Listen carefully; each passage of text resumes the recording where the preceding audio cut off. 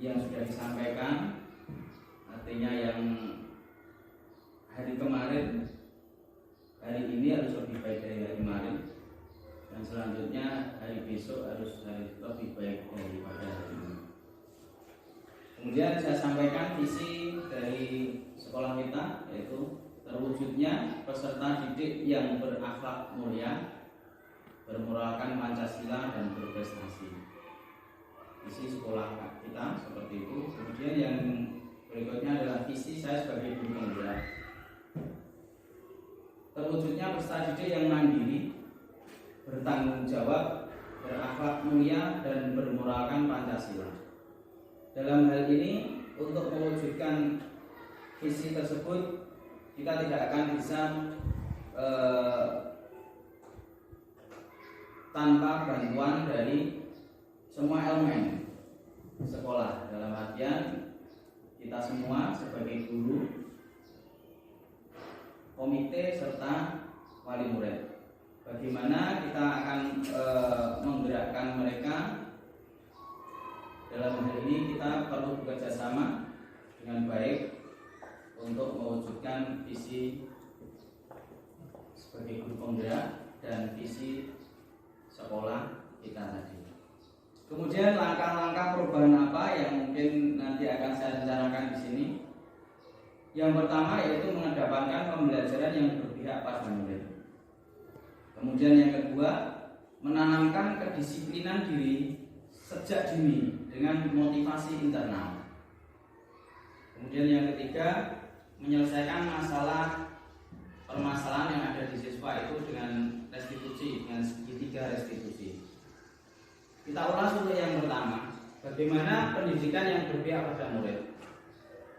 Pendidikan yang berpihak pada murid adalah pendidikan yang memerdekakan atau bertujuan untuk memberikan kebebasan kepada individu untuk belajar, berpikir secara kritis, sehingga mereka dapat mengembangkan kemampuan dan keterampilan yang diperlukan untuk menjadi pribadi yang mandiri dan merdeka.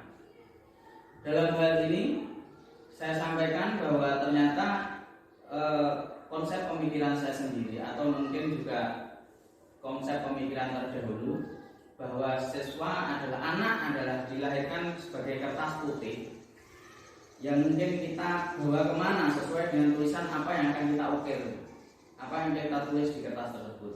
Namun ternyata dari filosofi Gajah Dewantara, hal-hal seperti itu ternyata ada salah kaprah. Dalam artian anak terlahir sudah membawa karakter yang unik sendiri-sendiri.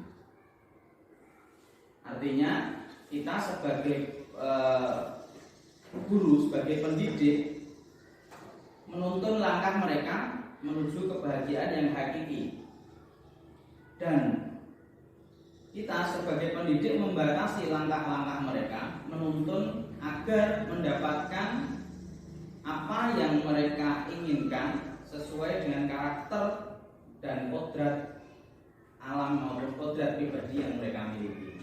Jadi tidak semua anak mempunyai kemampuan yang sama. Dalam hal ini anak adalah unik. Untuk itu pendidikan yang berpihak pada murid sangat perlu kita lakukan. Kedisiplinan sejak dini dengan motivasi internal.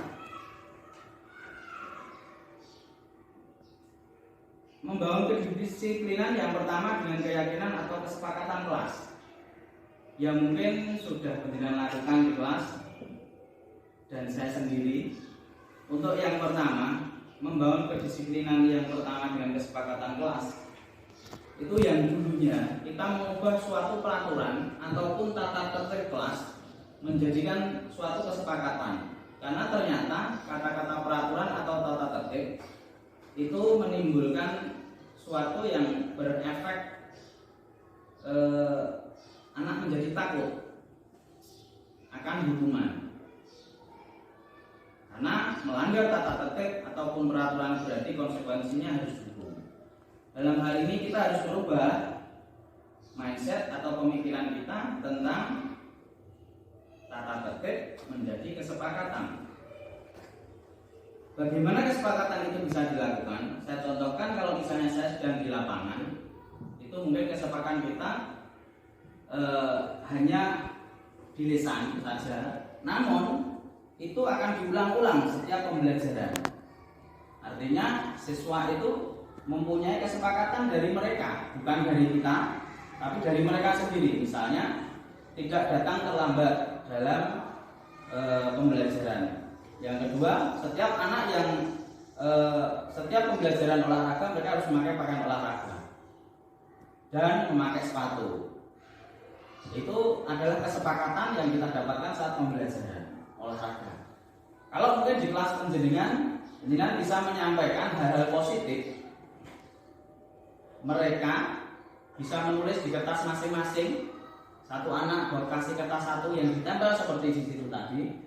Itu, namun itu kan angka-angka, nanti ada nilai, ada kalimat atau kata-kata positif yang mereka sepakati setiap pembelajaran di kelas. Saya contohkan seperti tadi, tidak terlambat, atau mungkin harus berbahagia, atau mungkin memperhatikan ibu guru, tidak menyela pembicaraan. Itu nanti akan terjadi kesepakatan yang banyak, dan itu ditempel di kelas masing-masing untuk kesepakatan penjenengan semua dan anak didik. Artinya mereka tidak melanggar peraturan, namun mereka kalau suatu saat melakukan sesuatu yang tidak sesuai dengan kesepakatan, berarti mereka telah melanggar apa yang mereka sepakati sendiri.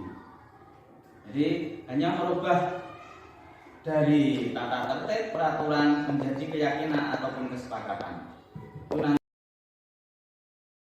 Ya, enak ya untuk permainan hari ini ya. Ya, untuk selanjutnya nanti bisa kita lakukan permainan yang lain. Nah, kira-kira pada senang nggak ini? Senang. Oke, siap ya. Untuk selanjutnya nanti olahraga berikutnya nanti gantian kita bermain apa? Sepak bola. Siap ya, yang putri juga siap ya? Siap. Oke. Gini anak-anak. Nah, tadi ada yang sudah menguasai dan ada juga yang belum. Ya, seperti itu biasa. Karena apa?